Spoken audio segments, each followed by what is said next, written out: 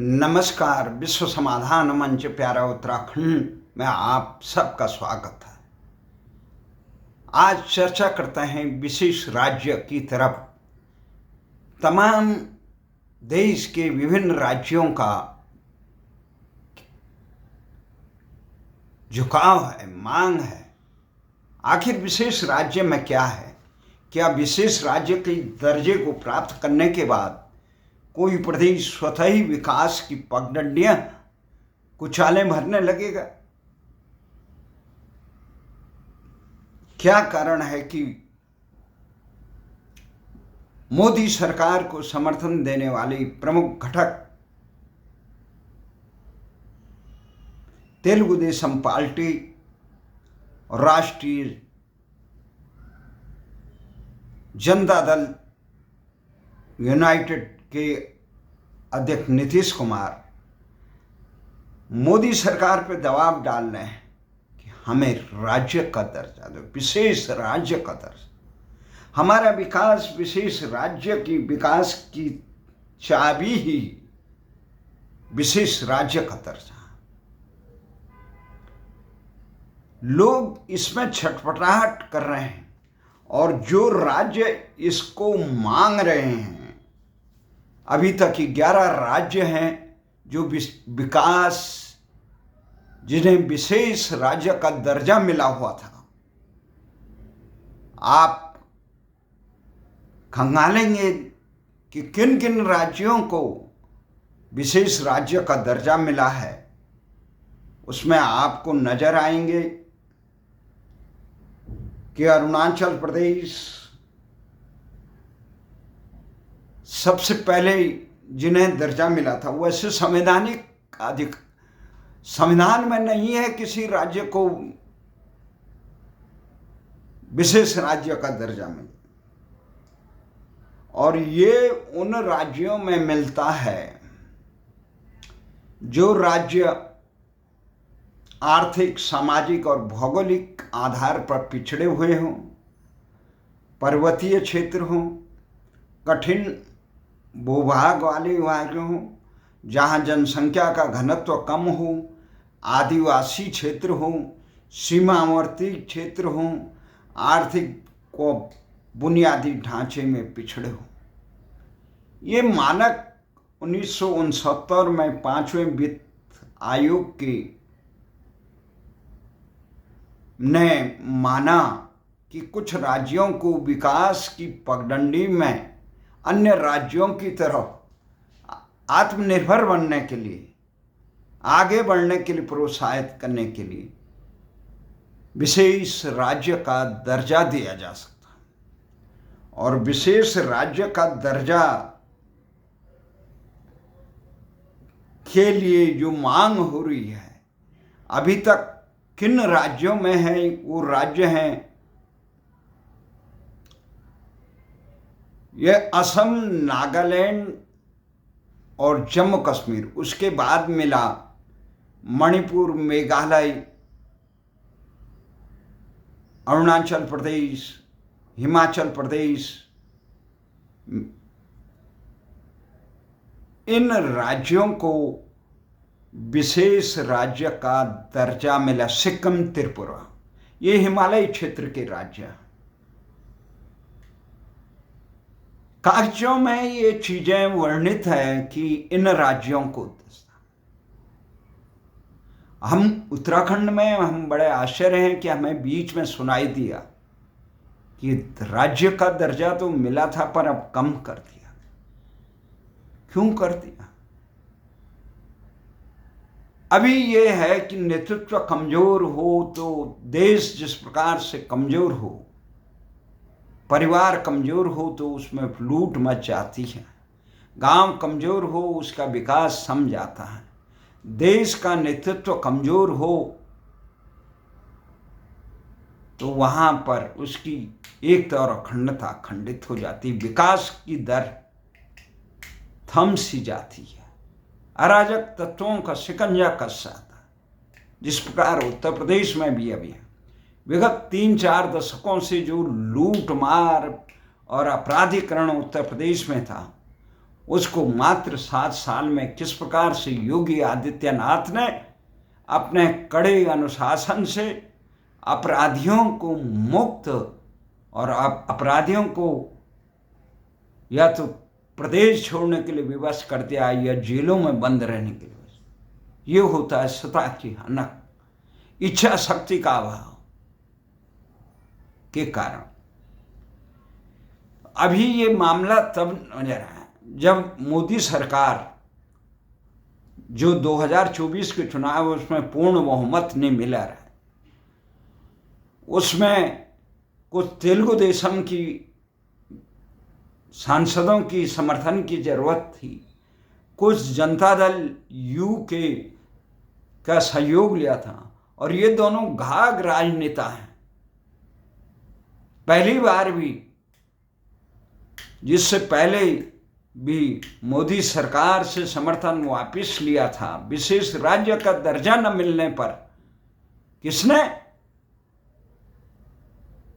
चंद्रबाबू नायडू जी ने, और इस समय समर्थन दिया।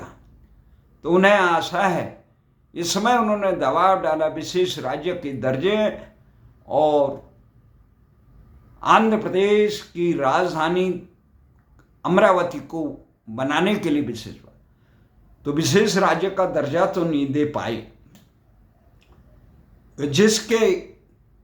जिसके बाद अमरावती को विकास का बजट 15,000 करोड़ रुपए मिले, जिसमें अमरावती के विकास का बजट भी सम्मिलित है। परंतु ये चर्चा उठी, उसके बाद नीति आयोग का बैठक हुई। नीति आयोग के बैठक में आंध्र प्रदेश के मुख्यमंत्री ने सहभाग किया, कांग्रेस के राज्यों के मुख्यमंत्रियों ने उसका विरोध किया, झारखंड के मुख्यमंत्री भी नहीं आए, और भले ही इंडिया गठबंधन की प्रमुख मुख्यमंत्री रही ये ममता बनर्जी, वो आई, पर जिस प्रकार से माइक बंद का विवाद हुआ, उससे उनके आने और न आने में काफी विवाद हुआ। वो अपना स्वतंत्र अस्तित्व बताना चाहते। वहीं केरल के मुख्यमंत्री भी नहीं आए, परंतु इन सब से ज्यादा आश्चर्यचकित रहा, चौंकाने वाला नाम रहा बिहार के मुख्यमंत्री नीतीश कुमार। ये कहा गया, कोई कारण नहीं बताते हैं, वो पिछले 22 के 23 के नीति आयोग की बैठकों में नहीं आए, कारण नहीं बताया। पर ये खबर चली कि विशेष राज्य का दर्जा न मिलने पर, जबकि इस समय बिहार को सबसे ज्यादा 58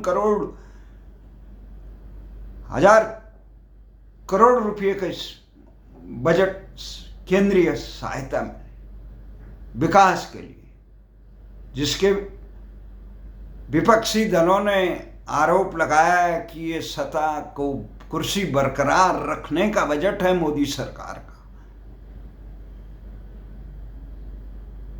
नीतीश कुमार शामिल न होकर के अपना दबाव बनाए, और आखिर क्या कारण है कि तमाम राजनीतिक पार्टियां विकास के लिए भरने वाले, कुचाल भरने की लालसा लगाने वाले राज्यों के मुख्यमंत्री अपने राज्यों के लिए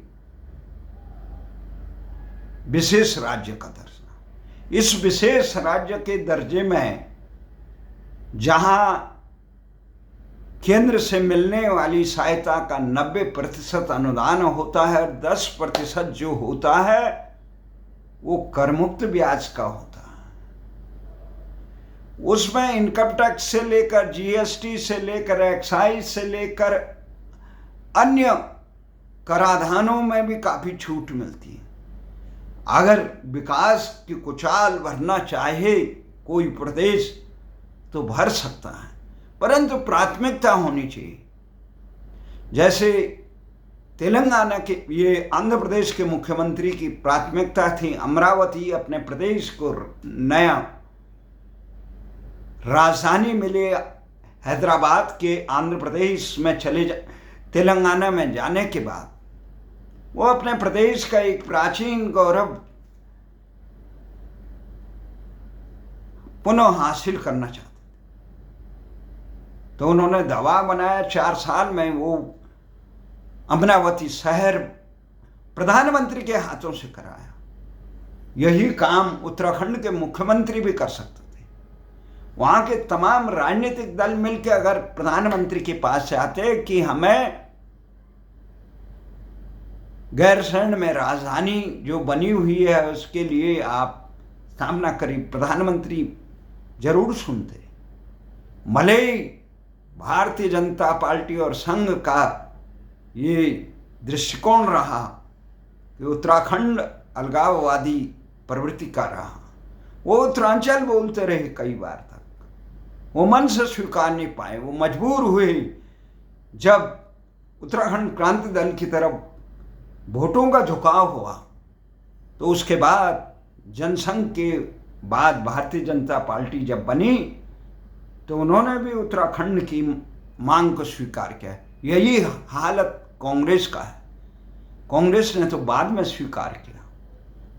ये राजनीतिक पार्टी जनमत से अपना दृष्टिकोण बदलती, और उत्तराखंड की जनता के दृष्टिकोण को समझने की कुव्वत उत्तराखंड के तमाम मुख्यमंत्रियों में होती तो आज उत्तराखंड देश का समृद्ध राज्य होता।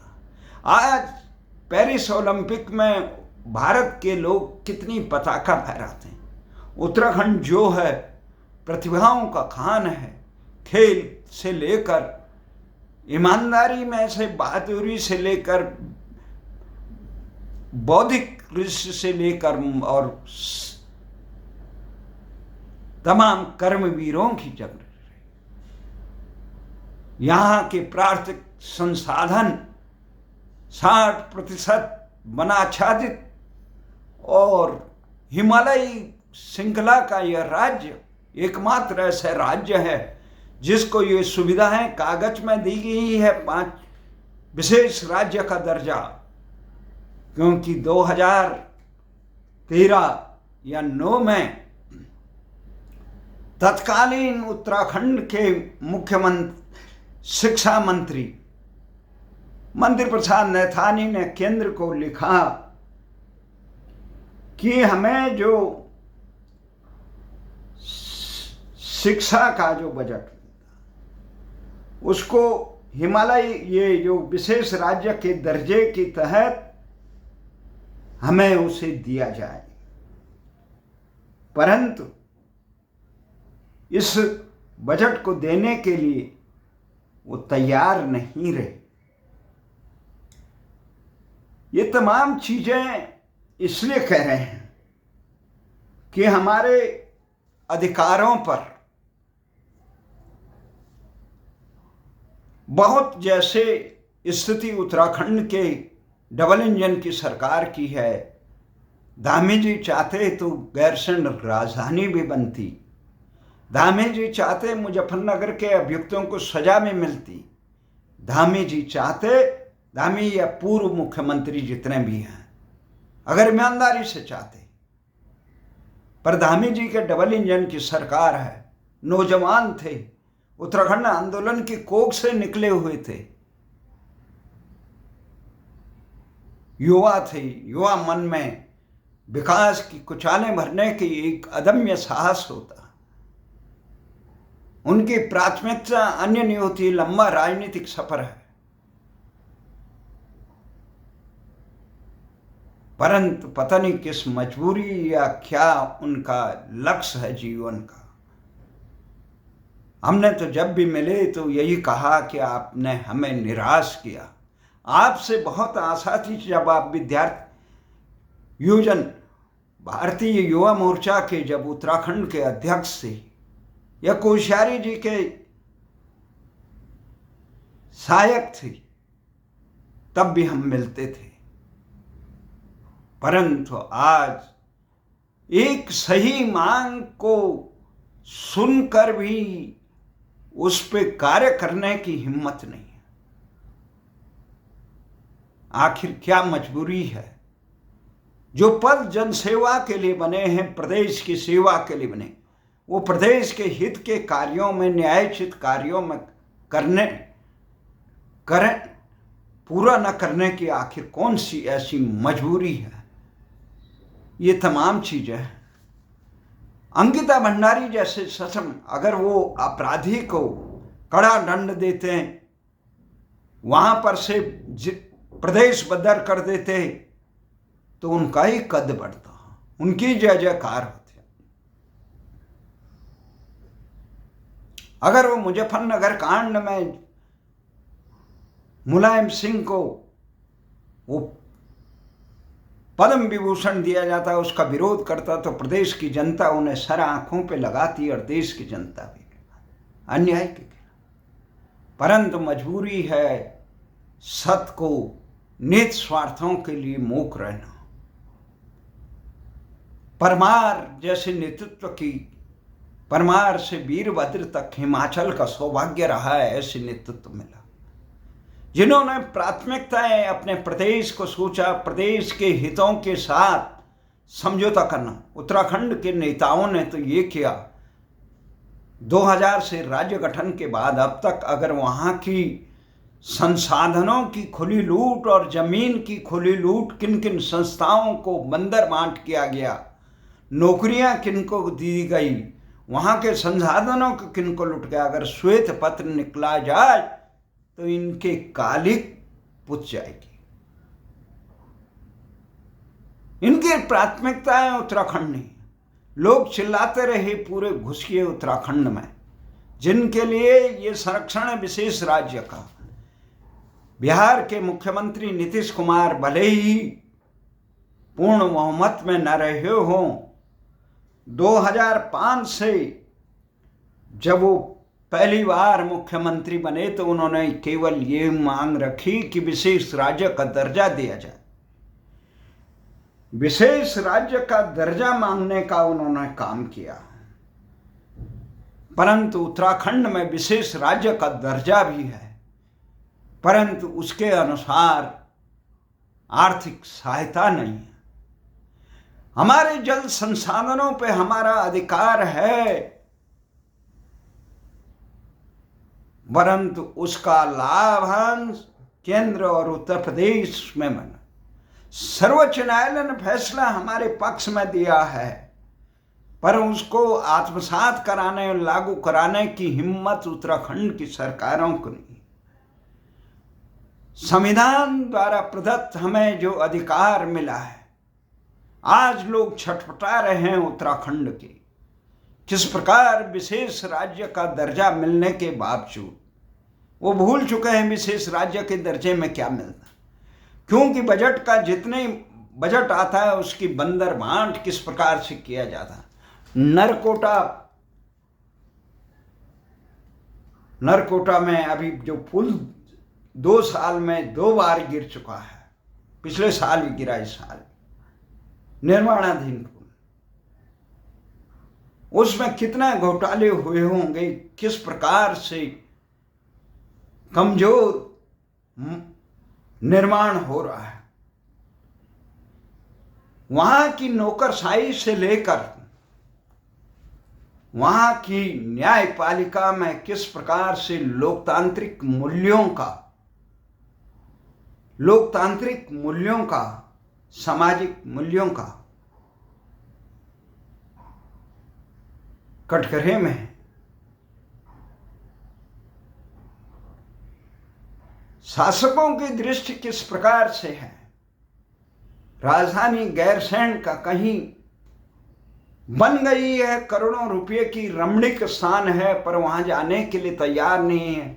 विधायक कहते हैं हमें ठंड लग रही है।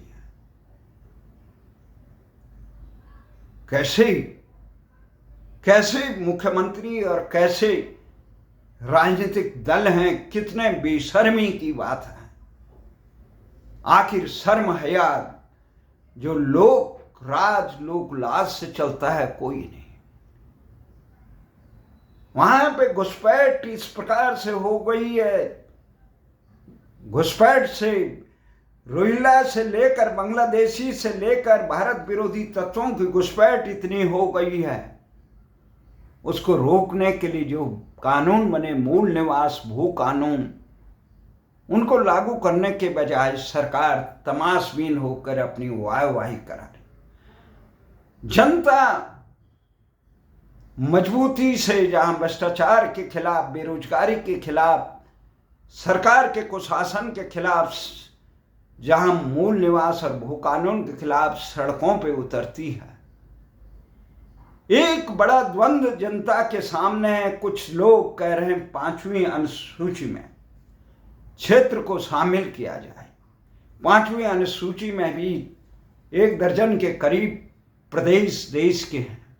उसमें राष्ट्रपति को अधिकार होता है किसी क्षेत्र विशेष को, जहां आदिवासी जनजातीय क्षेत्र हो, उस क्षेत्र को अनुसूचित क्षेत्र घोषित करके वहां की योजनाओं को बनाने का, क्रियान्वयन करने का अधिकार उस परिषद को हो जाता है, उस क्षेत्र की परिषद को। वहां पे भारी दखलंदाजी, लूटपाट में। परंतु हमारा मानना है, जैसे कि उत्तराखंड में ये अनुसूची हो, तो उससे पहले अगर उत्तराखंड के नेता सजग हैं, तो वहां के उत्तराखंड के मूल जो निवासी हैं, वर्तमान में भारत सरकार द्वारा मूल निवासी जनजाति और आदिवासी में उत्तराखंड के मापदंडों में कहीं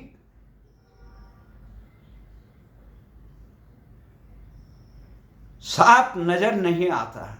उत्तराखंड के मूल निवासी वहां के गढ़वाली और कुमाऊनी हैं, परंतु उत्तराखंड के दस्तावेजों में कहीं वर्णन नहीं आता। भारत सरकार के दस्तावेजों में कहीं वर्णन नहीं आता, क्योंकि उत्तराखंड के हक हकूकों की रक्षा करने वाले नेता इतने कमजोर थे, अदूरदर्शी थे, उन्होंने इस काम को नहीं किया। अभी भी देर नहीं है। ये क्षेत्र को, पर्वतीय क्षेत्र के तमाम जनपदों के मूल निवासी उत्तराखंडी और कुमाऊनी, गढ़वाली और कुमाऊनी, जिनको उत्तराखंडी कह सकते हैं, जौनसारी, इधर ये पूरा गढ़वाली, कुमाऊनी, जौनसारी और हमारे जो अंग्रेजों द्वारा वर्गीकृत अनुसूचित जनजाति के लोगों को इसमें लिया जा सकता। तो इस क्षेत्र को किया जा सकता, पर करने का एकाधिकार किसके पास है? आप मांग करते रहे। लद्दाख के लोग कितना मांग कर रहे हैं, सड़कों पे आगे दमन कर दिया, कह दिया कि चीनी लोग, चीनी एजेंट ये काम कर रहे हैं, किसी आंदोलन को बदनाम करने का। उत्तराखंड में जोशीमठ से लेकर, भू आंदोलन से लेकर हल्द्वानी आंदोलन में जब आवाजें उठी भूखान, तो सत्ता पक्ष के नेताओं ने कहा ये माओवादी लोग। फिर प्रदेश में अगर थोड़ा बहुत आंदोलनों में हिंसक होगी तो उसे आसान क्षेत्र घोषित करके उनका दमन करने का इनको एकाधिकार मिल जाता। तो आंदोलन को रोंदने का सरकारों के का विकृत चरित्र रहा है। तेलंगाना आंदोलन को किस प्रकार से नरसिंह राव की सरकारों ने रोंदा था, उत्तराखंड आंदोलन को मुलायम सिंह की सरकार ने किस निर्ममता से रोना था। मुजफ्फरनगर कांड के अभियुक्तों को सजा देने के बजाय जो भारतीय जनता पार्टी संसद में घड़ियाली आंसू बहा रही थी, मुलायम को कोस रही थी, उसे महिलाओं की, भारत की अस्मिता को करने का गुनहगार बता रहे, सत्ता में आते बाद में वो राम भक्तों पे गोली चलाने वाले, महिलाओं की आबरू को मुजफ्फरनगर कांड में इस प्रकार से बेआबरू करने वाले मुलायम सिंह को पद्म विभूषण का अपने स्वार्थ के लिए, तो किस पे विश्वास करें? हमारे उत्तराखंड की भाषा को अभी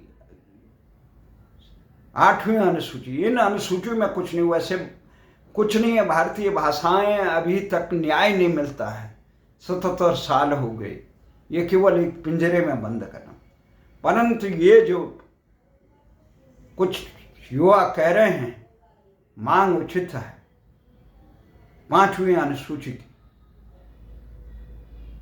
पर इस पे हमारे राजनेता कितने सजग होंगे। वो अपने आकाओं से अपने हितों के अलावा कभी प्रदेश के हित के लिए कभी बोलते ही नहीं। अगर बोलते तो गैरसैंण में जो इतना भव्य विधानसभा बनी है, जिसमें सारे सत्र हो गए हैं, किसी विधायक को इतनी हिम्मत नहीं आती कि वो पत्र लिखने का अभियान चलाते कि मुझे ठंड लग रही गैरसैंण में, उन्हें मेडिकली अनफिट करके उन्हें अगले दफे टिकट नहीं मिलता या अभी बर्खास्त कर दिया जाता है। जब बिहार में नीतीश कुमार की नकल करने पर, नाटक करने पर विधायक की सदस्यता जा सकती है, तो उत्तराखंड की जनभावना और शहीदों की शहादत का अपमान करने वाले विधायकों को जनप्रतिनिधि का दर्जा बरकरार रखने भी एक प्रकार से उत्तराखंड का अपमान है। तो हम इन तमाम बातों को देख रहे हैं। इसमें यह होता है, महाजन एनगत्ता सौ पंथा, छोटी सी कम्युनिटी है सिंध की, सिंधियों की, उन्होंने अपनी भाषा को 8वीं अनुसूची में रखा, उत्तराखंडी नहीं। अपने हकों को मिले हुए पानी हमारा, बिजली हमारी, सारे चीज विस्थापन का दंश हम सहें, उसकी त्रासदी, ये बार बार बादल फटना, उस सफाई को हम सहें। और बिजली पानी को कौन फ्री दे रहा है? दिल्ली का मुख्यमंत्री जो हमारे पानी के लिए लड़ रहा है। हमें तो पानी और बिजली और पर्यावरण बचाने का, ईंधन बचाने का, वन क्षेत्र होने का लाभांश केंद्र से चाहिए था, अपने प्राकृतिक जल संसाधनों के संरक्षण का। और वो संरक्षण किसी एनजीओ के थ्रू नहीं होना चाहिए, ग्राम पंचायतों के द्वारा, वहाँ के स्थानीय ग्रामीणों के द्वारा होना चाहिए। और वनों का संरक्षण वन विभाग द्वारा न हो, गांव के पास की आबादी के लोगों द्वारा हो। और जो अभयारण्य बना दिए गए जंगलों में कदम कदम पर, अगर उनके जीव जंतु बस्तियों में आते हैं तो उसकी जिम्मेदारी जो हिंसक पशु कम से कम उस क्षेत्राधिकारी के ऊपर रहे। ये जब तक नहीं हो तो हमारा ये मानना है, जिसके दिल में पीड़ा होगी, हम अपने वाजिब हक को लेने के लिए कब तैयार होंगे? विकास तब होगा जब जापानियों की तरह अपने राष्ट्र को आगे बढ़ाने का जुनून होगा, जब इजरायलियों की तरह, हिब्रुओं की तरह 2500 साल तक संसार के दर दर में, जर्मन से लेकर कहाँ कहाँ किस प्रकार की यातनाएं सही अपना देश न होने का, उस यातना का दंश अपने सीने में समाये हुए वो आज अरब देशों से लड़ रहे हैं। किस प्रकार से तिब्बती शांति की अलापने के बाद किस प्रकार से चीन ने उन्हें हड़प लिया, उनका देश, वो भी संसार में दर दर की भटक रहा है। हमें भारत की संस्कृति जो सार का विकास सबका साथ लेने के चलती है, उसके लिए कितनी कीमत इस उदासीनता की, इस भ्रष्टाचार की चुकानी पड़ेगी। इसी आशा और विश्वास के साथ कि शासक वही बने, ये जो समाज सेवा में हो, संघर्ष रहा हो, पिटे हुए हारे हुए मोहरों को थोपना देश, प्रदेश और समाज का सबसे बड़ा दुश्मन, या तो वो दिशावान हो जो कम से कम सत्य बोलने, जनता के हित की बात बोलने के लिए तैयार न हो। हम इस बात के लिए नमन करते हैं नीतीश कुमार को। वो, उनकी जाति वहाँ कुछ नहीं है, 2-3% है। बिहार जैसे घोर जातिवादी प्रदेश में भी, भ्रष्टाचार और आपराधिक तत्वों के बोलवाले में भी नीतीश कुमार पिछले 2005 से 20 साल से